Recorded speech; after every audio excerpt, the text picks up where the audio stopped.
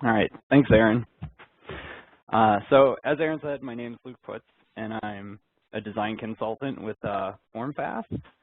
And today I'm just going to be going over some topics related to the form designer. So to start off, let me make sure I have my screen shared here.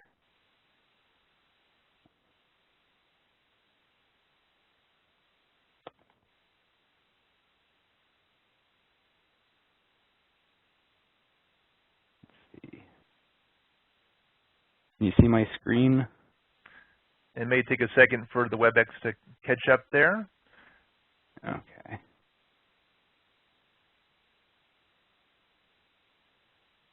There it goes. All right. Excellent. And I should note before Luke gets started that if you do have questions for Luke, that you can submit those in the chat window, and that's found at the top of the screen now as he shares his desktop. All right. So I'm just going to jump right into the form designer. The first topic I wanted to discuss was templates and toolkits. So our form design software is a really powerful solution. You can build your e-signature forms, your fast print forms, and your fast flow forms within the form designer. But one of the big things, and Cliff touched upon, is making sure you have those specs that your EMR or archiving company gives you, and you're meeting them with your forms. So here I have a form template. I'll just zoom out here so you can see the whole template. So when we start a project, we always create templates for the customer. And what we want to do is standardize the look of the forms and make sure that everything's going to be in the same place, all this pertinent information like the barcode and the form number, revision dates, where our patient demographics will go, or at the top here we have some punched holes. Now you can see some of the items are dashed lines and in red, and these we've actually set to not display whether we print this out, so you can actually leave that on. Usually as a last step we take it off once the form is complete, but it helps for the person working on the form to visualize where these things are going to go and allows them to properly place everything.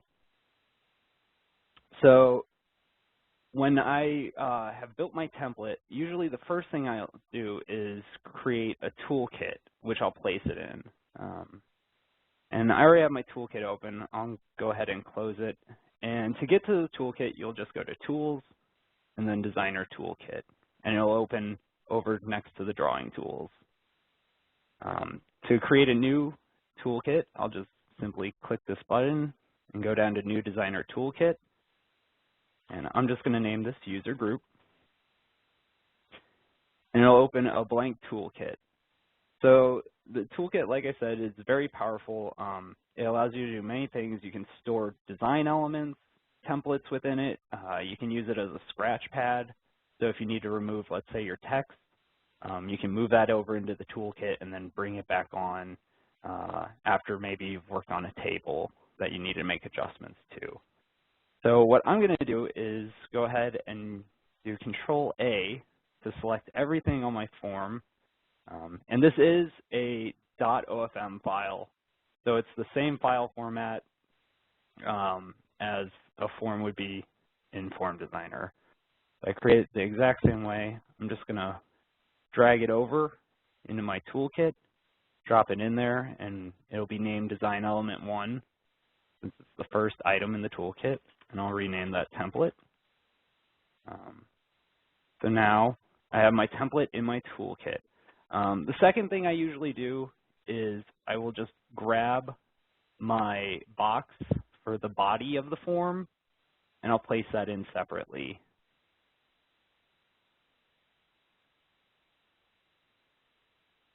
So once I've done that, I'm going to go ahead and open up a form. And I'll close this out. And so with the form designer, you can bring in your paper forms by scanning them in, or use your PDFs, Word documents, Excel documents, and digitally scan them in. Since I have a PDF, I open it up in Adobe, and I'm just going to go to File, Print, and then choose my Print to Form Designer printer, which will scan it in using optical character recognition, and then I'll be able to manipulate the form within Form Designer. You can see really quickly it pops up a little screen showing it was scanned, and now I have my scanned form in. And I can click on all my elements and move them around. So here we have our sample form that we'll be working with. All the yellow you see is actually fill, and that allows us to create a fillable form, which will be used in FastFlow. Typically, if you're creating a form for FastPrint, which will be your printed out paper forms, you would remove the fill as it isn't necessary. But for today, since we'll be going over FastFlow a little bit, I'm going to go ahead and leave that in. So the first step I want to do after I've brought a form in is just do some basic cleanup. And since I'm leaving the fill in, I'm going to skip a couple steps. But what I'm going to do is just do Control A again to select everything. And I'm going to make sure to standardize all my text here. I'm going to go to my font selector here, and I'm going to choose Arial. And then while I have everything selected, I'm going to go to Format, and then Text. And I'm just going to go through these 4 tabs and check to make sure everything's consistent. All right, and then make sure my text is set to flow text across lines. And press OK. And after I've set the flow, I can go ahead and set my size. So I'm just going to do 9, and then I'm going to deselect here and change my title back so it's larger. And I'm just going to go through here and give a little room on all my text boxes so we don't get wraparounds. All right.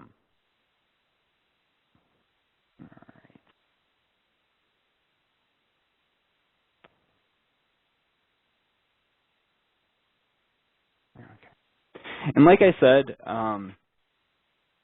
with the toolkit, you can take away certain elements if you're working on something.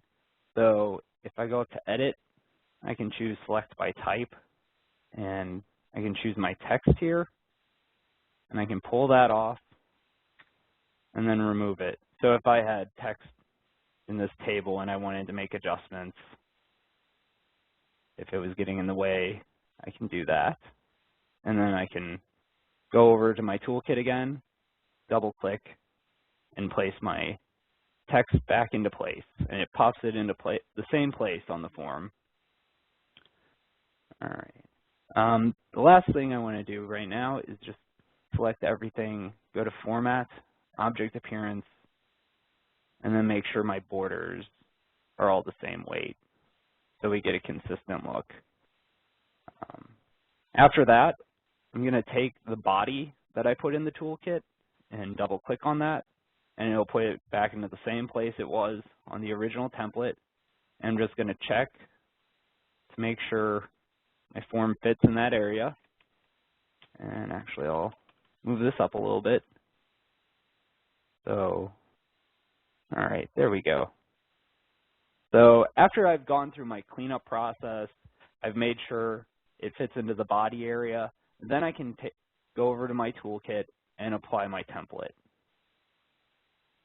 So now my form's complete. The last thing I have to do is go down into this lower section, and I can title my form, add in my barcode. And the barcode I'm using here is a human readable, so I can actually see the characters I'm typing in. If I wasn't using a human readable, and let me go ahead and select one, I wouldn't be able to see those characters. But since it is a font, I can change it, and I'm just going to use Arial, and then I can see those characters. So we're using a 3 of 9, which the start and stop characters are these stars. So you want to make sure that you have one at the beginning and one at the end. And then with Arial, I would type it in and then just select that text box again and go back down to my barcode, and it would convert it to a barcode. After that, I could add in my form number, revision date,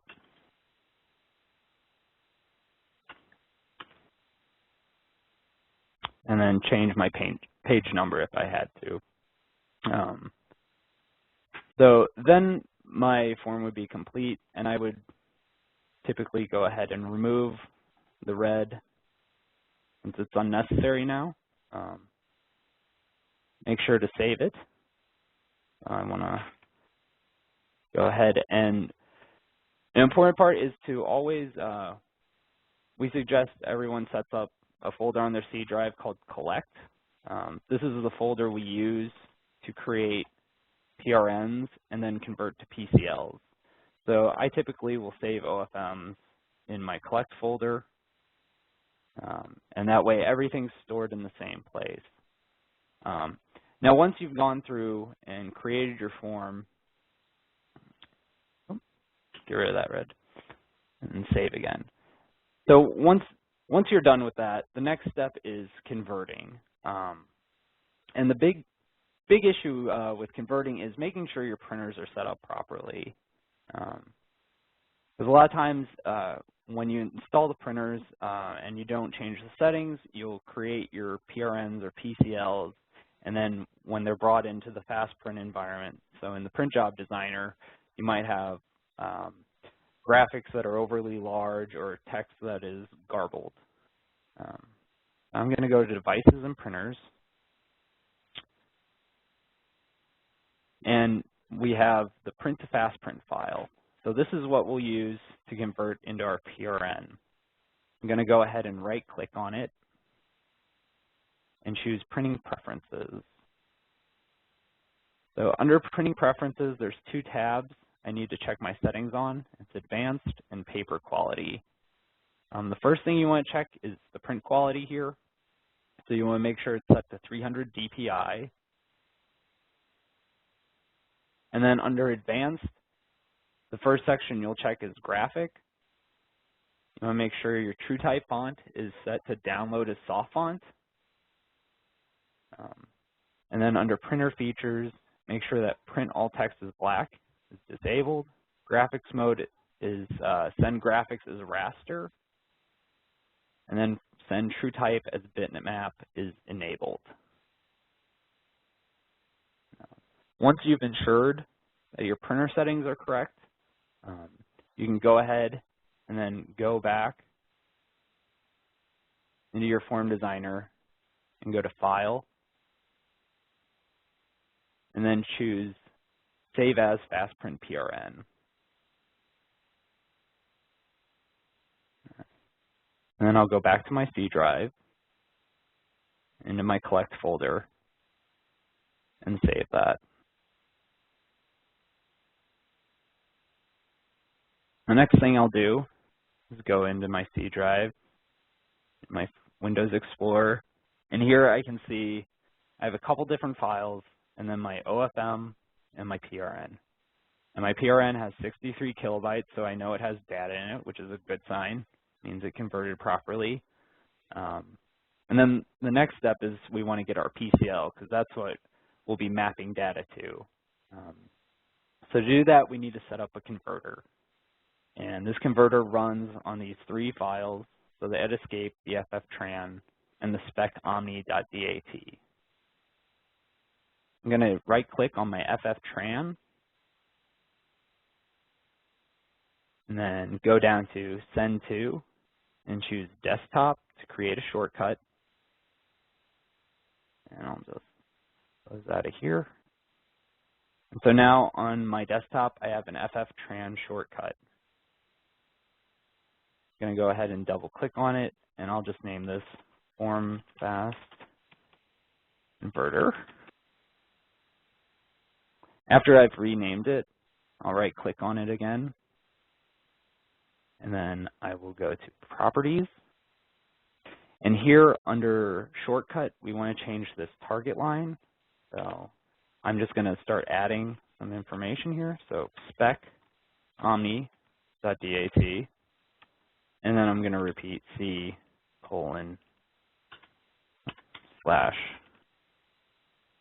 select.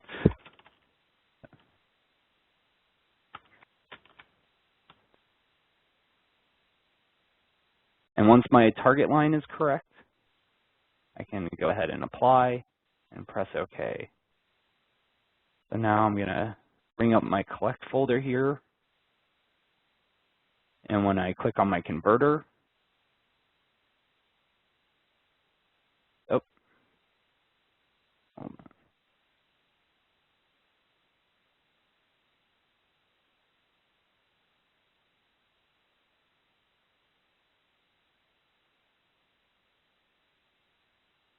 There we go. So now I have my PCL file, and it has 62 kilobytes. So I know it converted. If it comes out 0, probably what's happening is something's wrong in the target line, or the printer settings need to be changed. And then once that's done, I am finished with my fast print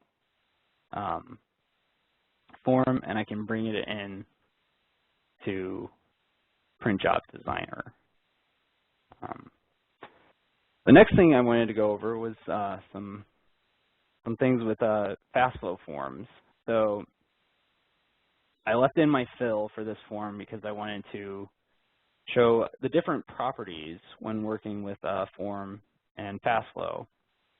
So in our fill fields, we have what's called our object definition. And here we have our properties of our, so here it's a fill text, and we have our properties that we can work with. So I can change the name of it. So I'm going to change this to name, since over here we can see our name line. And I'm just going to leave the type as general. That way we can add in any information we want, but you can see here we have quite a few different types that can be used. Under filling, since this is a general text field, I want to, I'm not going to enable autofill, and I'm going to leave on my can be filled and tab stop. And then I want to adjust my maximum length.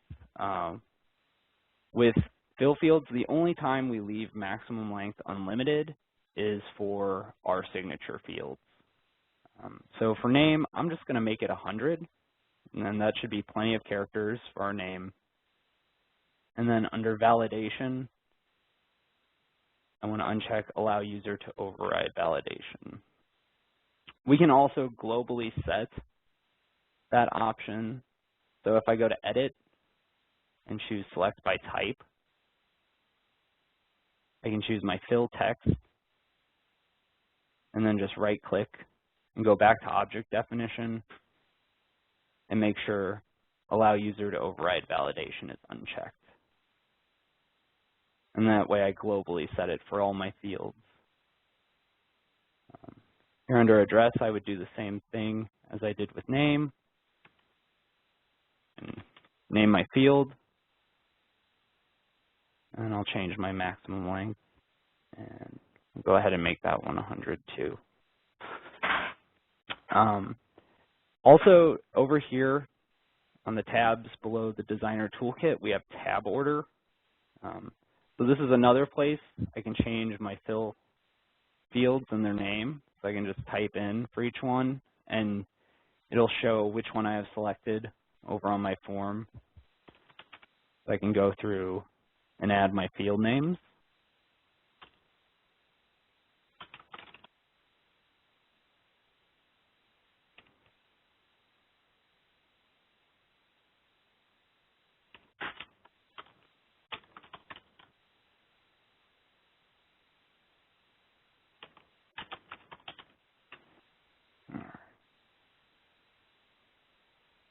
And then with our table here, our fill fields are buried in these cells. So typically what I recommend doing is highlighting these fields,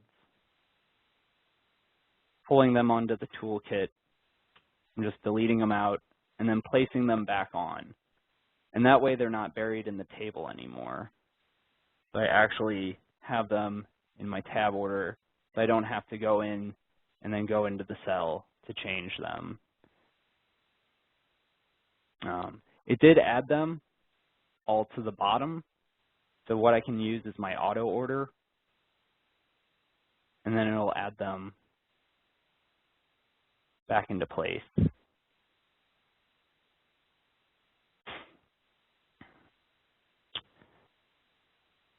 Another cool feature with our fast flow forms is you can use what are called autofill lists. So here I have state. To go to object definition, I can enable my autofill wizard and just change my maximum length here.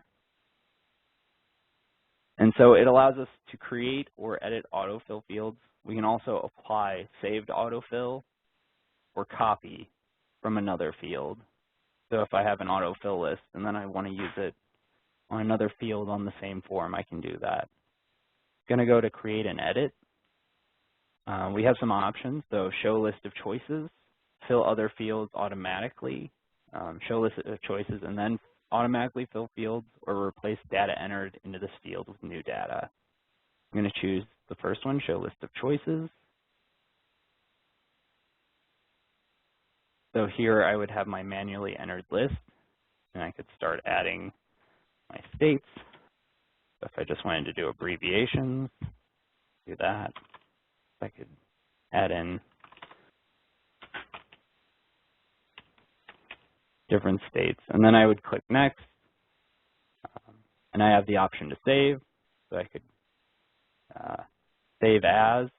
So if I wanted to overwrite a current one, I could do that, or I could type in a new one.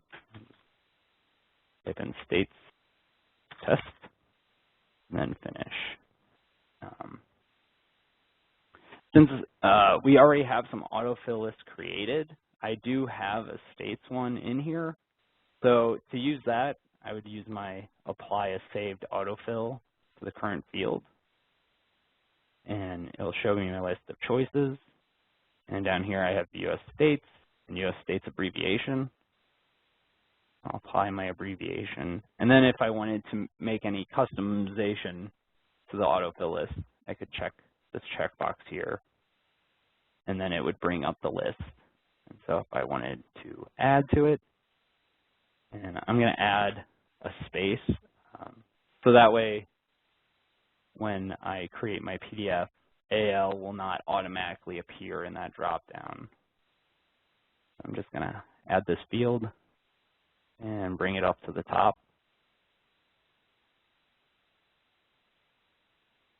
Then hit next and finish, and then OK. So now to test that field, I could go to my form filler and then make sure it works.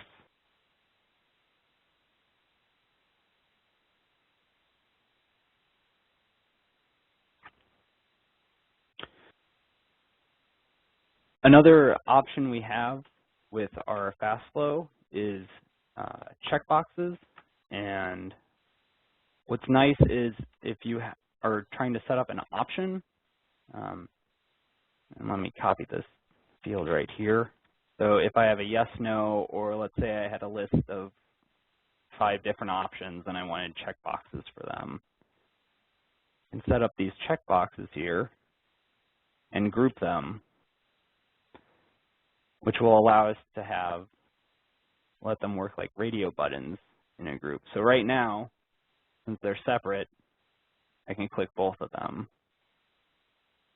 So if I go here, and I'm going to hold down my Shift key to select both, and then go to Object Definition.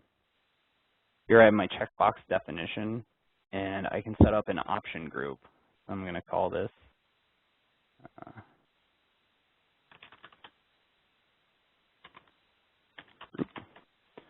call it checkbox group, and press OK.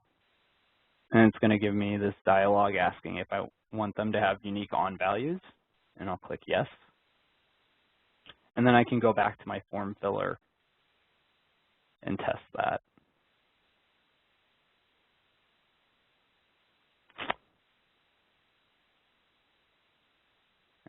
Down here we have our signature and date fields.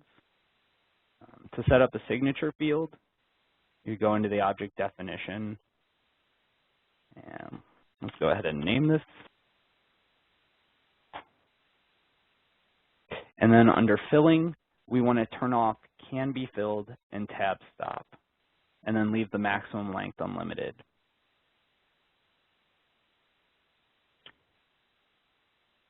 And I'll go ahead and we'll save this off, and then you'll see how the signature field looks different. And then under my date fields, I'm going to go to object definition, choose 50 here, and for dates, I have a couple different options. So I'll set my type as date, and then I can choose my format. I'm going to choose month, day, and then year, and press OK. So now I go here into my date,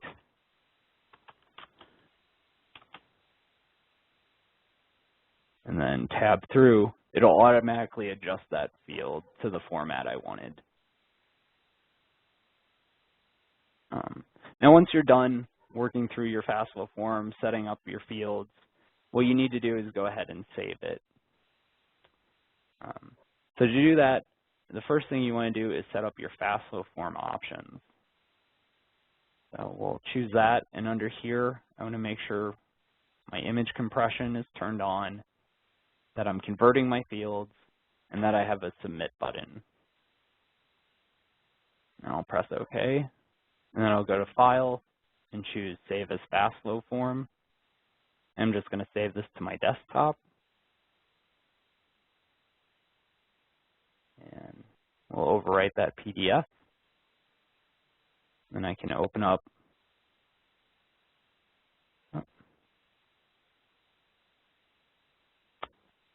One second.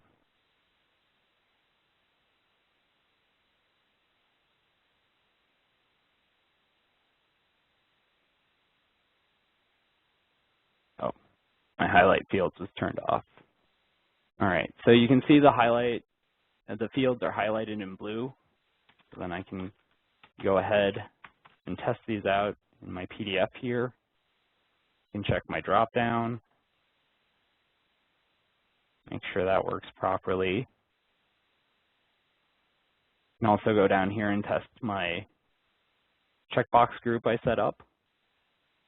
That looks like it's working properly. And then you can see the signature field does not have blue, since that'll be filled in automatically. And then I can check my date field.